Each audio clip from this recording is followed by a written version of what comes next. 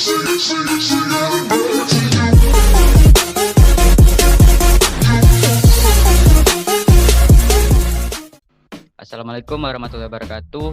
Saya Jaza Matin Fauzi dan Muhammad Riki Febrian. Kami dari kelompok 5 ingin mempresentasikan video yang mengenai Kerajaan Cirebon. Silakan menonton dan simak dengan baik. Yang pertama, tahun berdirinya dan terbentuknya Kerajaan Cirebon. Pangeran Walangsungsang atau Pangeran Cakrabuana membuat pedukuhan di daerah kebun pesisir, mendirikan Kuta Kosat atau susunan tembok bata merah untuk membuat Dalam Agung Pangkuati. Lalu ia membentuk pemerintahan di Cirebon pada 1430 Masehi. Dengan demikian, Pangeran Walangsungsang dianggap sebagai pendiri pertama Kesultanan Cirebon. Ia tampil sebagai Raja Cirebon pertama yang memerintahkan kerajaan dari Keraton Pangkuati dan aktif menyebarkan agama Islam kepada penduduk Cirebon. Yang kedua adalah nama-nama Raja Kerajaan Cirebon. Yang pertama ada Pangeran Cakrabuana dari sampai 1479 Masehi. Yang kedua ada Sunan Gunung Jati dari 1479 sampai 1568 Masehi. Yang ketiga ada Fathahillah dari 1568 Masehi sampai 1570 Masehi. Yang keempat adalah Panembahan Ratu pertama dari 1570 Masehi sampai 1649 Masehi. Yang kelima adalah Panembahan Ratu kedua dari 1649 Masehi sampai 1677 Masehi. Yang ketiga adalah peninggalan kerajaan. Yang pertama yaitu bangunan Keraton Kanoman.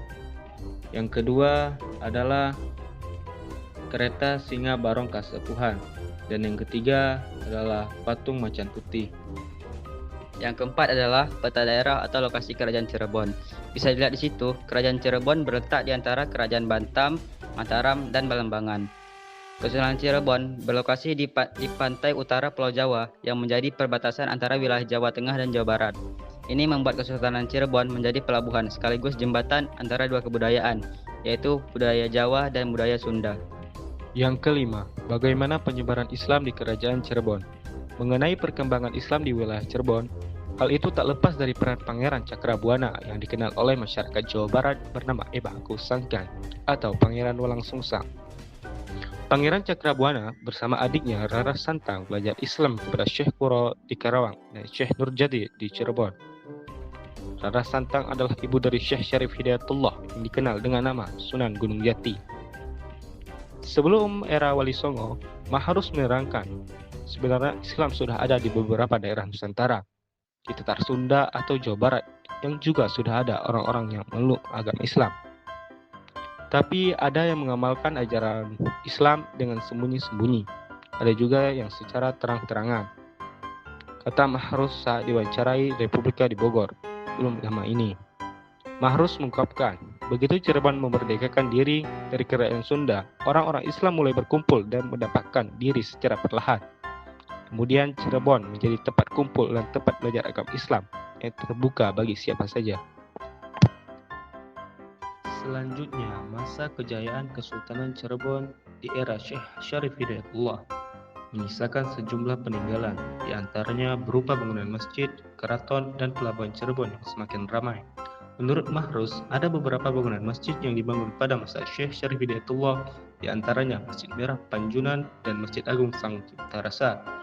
Menurut salah seorang takmir masjid, Masjid Agung Sang Cipta Rasa dibangun sesudah Masjid Merah Panjunan, yaitu sekitar tahun 1480 Masehi. Setelah Syekh Syarif Hidayatullah menikah dengan Pangkuati, dimulailah pembangunan alun-alun dan istana yang terkenal dengan nama Istana Pangkuati. Di istana inilah Syekh Syarif Hidayatullah dan Pangkuati bertempat tinggal.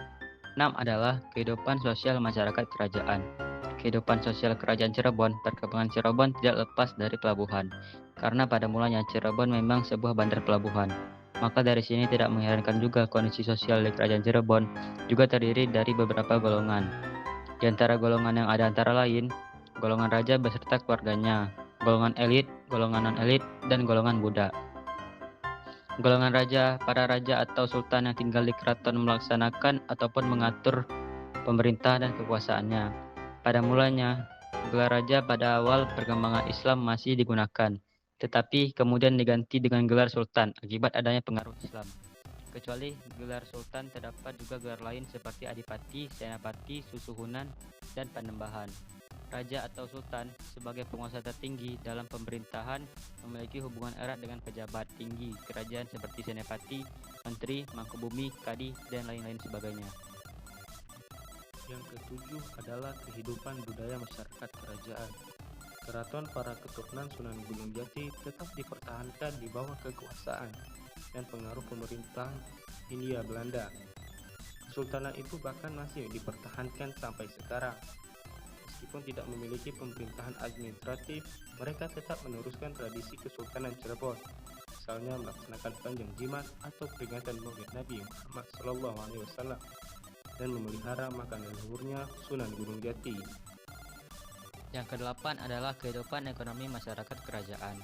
Setelah perjanjian 7 Januari 1681 antara Kerajaan Cirebon dan VOC, Keraton Cirebon semakin jauh dari kehidupan kelautan dan perdagangan, karena VOC memegang hak monopoli atas beberapa jenis komoditas perdagangan dan pelabuhan.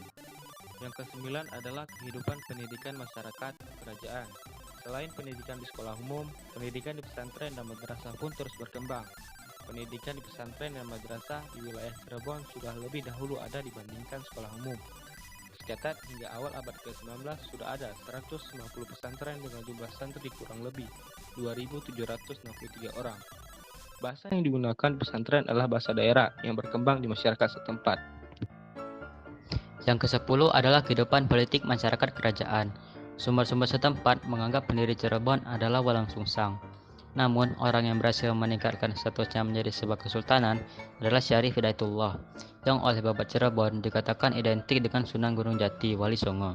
Sumber ini juga mengatakan bahwa Sunan Gunung Jati adalah keponakan dan pengganti Pangeran Cakrabuana. Dialah pendiri dinasti Raja Cirebon dan kemudian juga Banten. Setelah Cirebon resmi berdiri sebagai sebuah kerajaan Islam, Sunan Gunung Jati berusaha mempengaruhi kerajaan Pajajaran yang belum menganut agama Islam. Ia mengembangkan agama ke daerah-daerah lain di Jawa Barat. Setelah Sunan Gunung Jati wafat, menurut Negara Kertabumi dan Purwaka Carubanagari tahun 1568, ia digantikan oleh cucunya yang terkenal dengan Pangeran Ratu atau Panembahan Ratu. Pada masa pemerintahannya, Cirebon berada di bawah pengaruh Mataram. Kendati demikian, hubungan kedua kesultanan itu selalu berada dalam suasana perdamaian. Dan yang terakhir adalah proses runtuhnya Kerajaan Cirebon.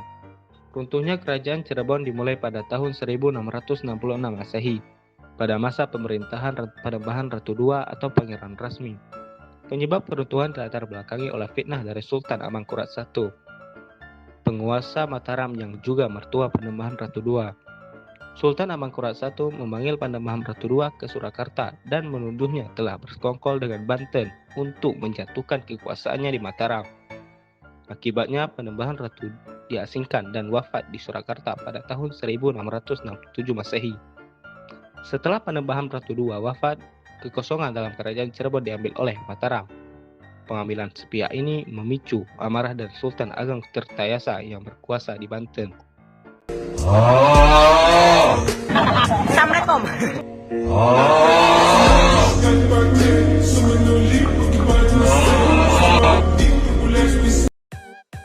Kami akhiri presentasi kami hari ini. Jika ada kesalahan mohon dimaafkan. Assalamualaikum warahmatullahi wabarakatuh.